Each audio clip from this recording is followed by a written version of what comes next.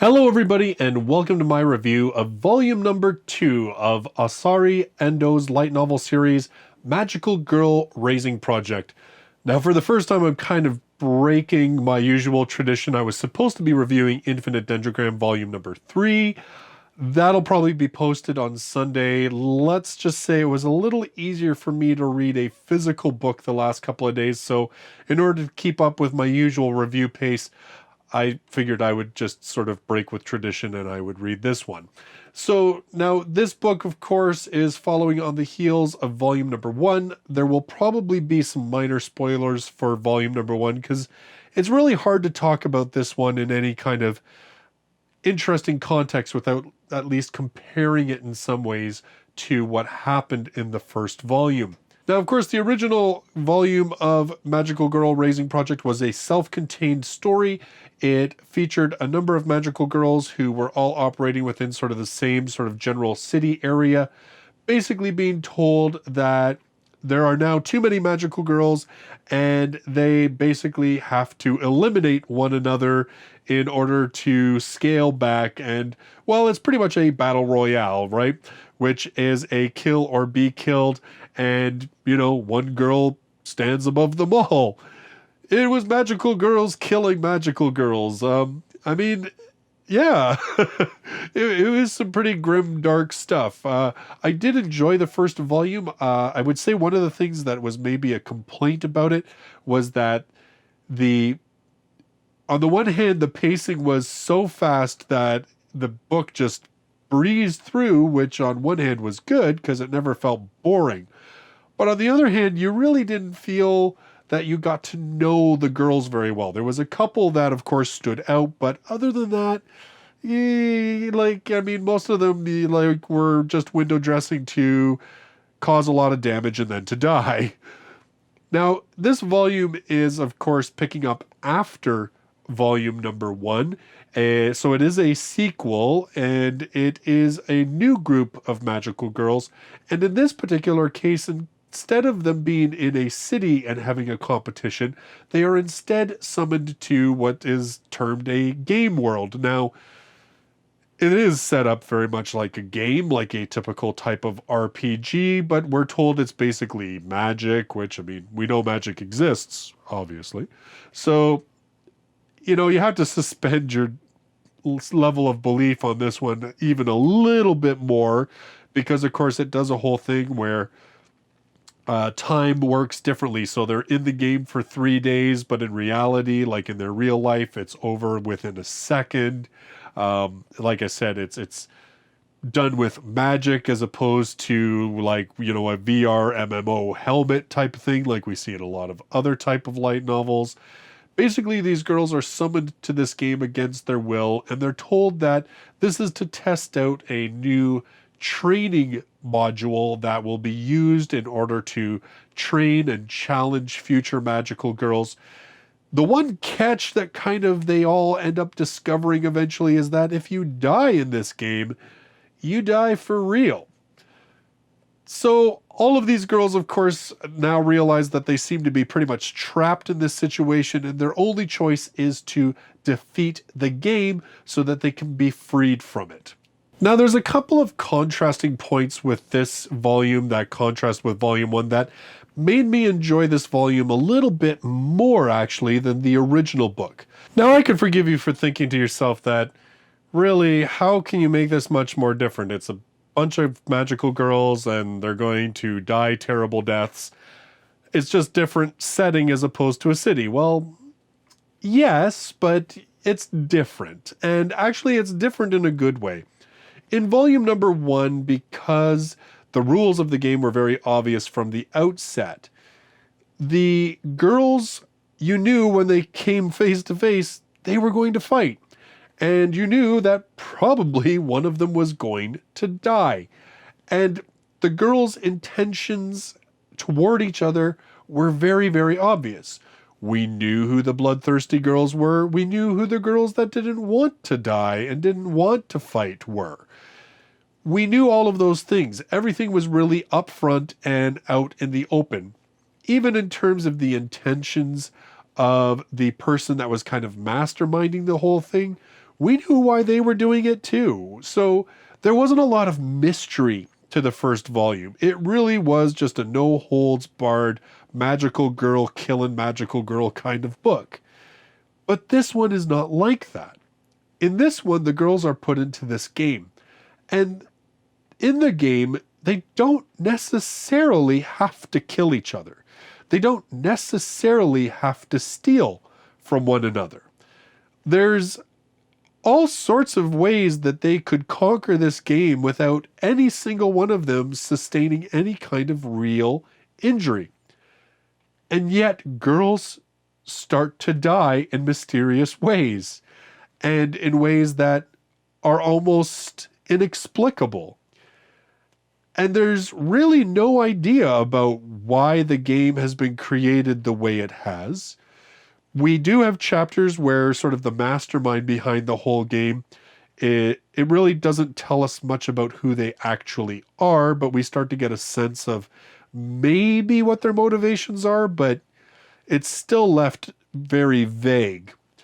And in terms of the girls themselves, there's really no obvious culprits. And there really isn't even an obvious thing that the girls would gain from the elimination of any of the other girls in the game.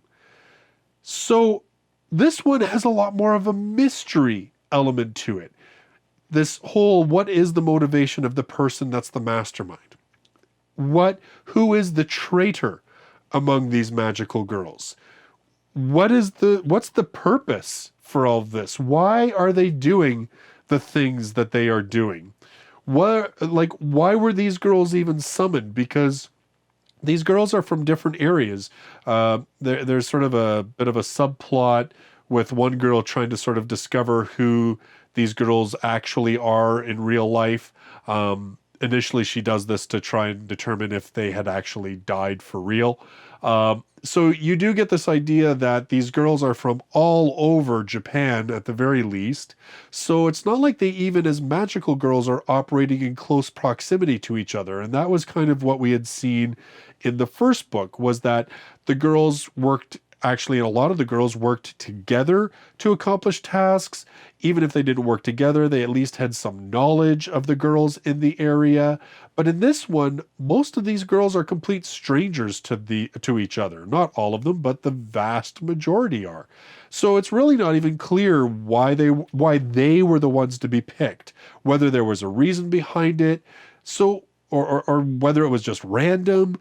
We really don't know. We are left with so many questions. And like I said, this is a part 1 of 2. So you won't even get the answers really in this volume. This volume is a lot of setup. Yes, a lot of stuff happens. Because it is a 2-part story instead of telling everything all at once, I feel like there's a lot more character development in this one. Like in the first volume, we really only got to know maybe 2 or 3 magical girls. The others, we learned a bit more than others from various points of view, but for the most part, the girls were really only featured enough to show what their powers were and then show them killing or getting killed. I mean, that's kind of what it was. But in this one, the story is being told by several different points of view. Because it's set up like a game, the girls kind of break off into teams. So we spend time with each of these different teams. So even though you have a large cast of characters, you're only spending a lot of time with a smaller subset of only maybe 3 or 4 of them, sometimes only 2. So you get to know the characters a lot better. So there's more character development. Like I said, there's this real sort of mystery element to it all. You're constantly questioning, how did certain things happen? Why did they happen? I have some guesses, and again, it's one of those things where because it's a mystery, you start thinking to yourself, how could this have happened? And that really, I think, pulls you into the book even more because you start becoming more of an active participant. It isn't just a novel where you're sitting there like in the first volume where it's just well, who's going to survive? I mean, certainly that's an element of this one. Wow, it's a big time element of this series. I think it's just going to be the way it is. But because there is much more of a subtext in this sort of, because the deaths are all being done with trickery and subterfuge, it just brings you more into it. And I found myself much more engaged with this one than I was in the first one. So overall, like, I would say that this book is a big improvement over volume number one. Again, I mean, very, very different. Obviously, if you like the mad sort of non-stop murder, death, mayhem of volume number one, this one will perchance disappoint you because it certainly does have a lot more of slower moments, contemplative moments. Like I said, the characters themselves just trying to figure out what's going on. We do get more moments with characters like spending time in their own heads or seeing what their lives are when they're outside of the game. So there's a lot going on in this book that I personally found was really, really good. I actually very, very much enjoyed this volume. I still think that maybe the series struggles a little bit because it does start with such a huge cast. I mean, definitely we know a lot more about the girls in this one than in volume number one, and a lot more about more of them. But there's still quite a few girls that don't get featured much, that we really don't know a whole lot about. Even like right now, I mean, early on, there's some initial deaths, but because, again, we don't know those characters very well, I would say that the shock value of it isn't as high. So I think that's one of the things that this series sort of suffers a little bit for. It always starts off with this big cast. And I think that the author's idea with that is just that it gives him more people to kill in horrific and terrible ways. Which, I mean, hey, like, if you're into that. I really think that volume number two of this, or like, volume two, like part two of this, volume three of the series, obviously, I really think that one's going to be even more action paced. I think you're going to see a lot more infighting. So this one, I think, is a lot of build up to that, a lot of the mysteries. And then, of course, the second part, hopefully we get some decent and satisfying answers. So all in all, Magical Girl Raising Project, volume number 2, shows that this series can be sort of still have that same shtick, magical girls in a competition, magical girls die terribly, but can do it in a very different way that is actually more interesting and more engaging, I would say, than the Battle Royale format that we saw in volume number 1. So it makes me really curious to see where this series goes because as far as I understand it, sort of there's like arcs in this series. It isn't necessarily just one long overarching story. I believe there are characters that kind of interconnect and sort of connect some of the series together. And I think at some point it jumps back and forwards timeline wise so that we get stories featuring characters from previous arcs and stuff. I'm not too sure how the series works. I just know that when I've been looking at it, it looks like each of the arcs have their own subtitle. This one being Restart. I know there's one I think it's like Queens, Jokers. There's all sorts of them. So all in all, a really good second volume. Makes me feel like this series has a lot of promise to it. I'm very, very interested to see what's going to happen in volume number 2. In fact, I kind of finished it and I went on Yen Press's website and saw that volume 3 isn't due out until March. And I was almost like, maybe I should have just put this one off for a while. But when I was looking at my massive stack of books, it seemed like Magical Girl Raising Project Volume 1 was a long time ago compared to the other books in the series that I've read. So I thought, well, I'm due to read this. So now I just have to suffer for a couple of months and wait to see how it continues. And if you watch the anime is only really based on the first volume. I think they might have used some material from, like I was saying, though, like those side stories or, the backstory type things. So really, if you read this volume, you're stuck too. There's no way for you to know what happens next. You'll just have to wait until the next book and suffer right along with me. But yeah, definitely if you somewhat liked Volume 1, I think Volume 2 is a improvement and definitely is worth taking a look at. If you've been kind of uncertain because you thought, how far can this whole, idea go? Well, I mean, I don't know beyond this, but I can only say that Volume 2 certainly shows that there are different ways to tell this story that are interesting and engaging. And yeah, I'm pretty excited to see where the series goes from here. So those are my thoughts on volume number 2 of Magical Girl Raising Project. Like I said, my next review is going to be the review that I should have done today, and this review would have been the next review from that video, but, well, what can I tell you? So the next review is going to be Infinite Dendrogram volume number 3. I'll get myself back on track, and that will be hopefully Sunday that I will have that one out.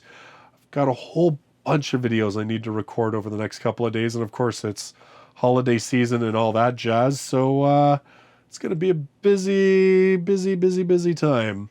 So if you love light novels and you're brand new to the channel, you should consider subscribing. I do 2 to 3 reviews a week, as well as a weekly countdown of the top 10 best-selling light novels in Japan. Thank you so much for joining me in this video, and I look forward to seeing the next one. Till then, bye-bye for now.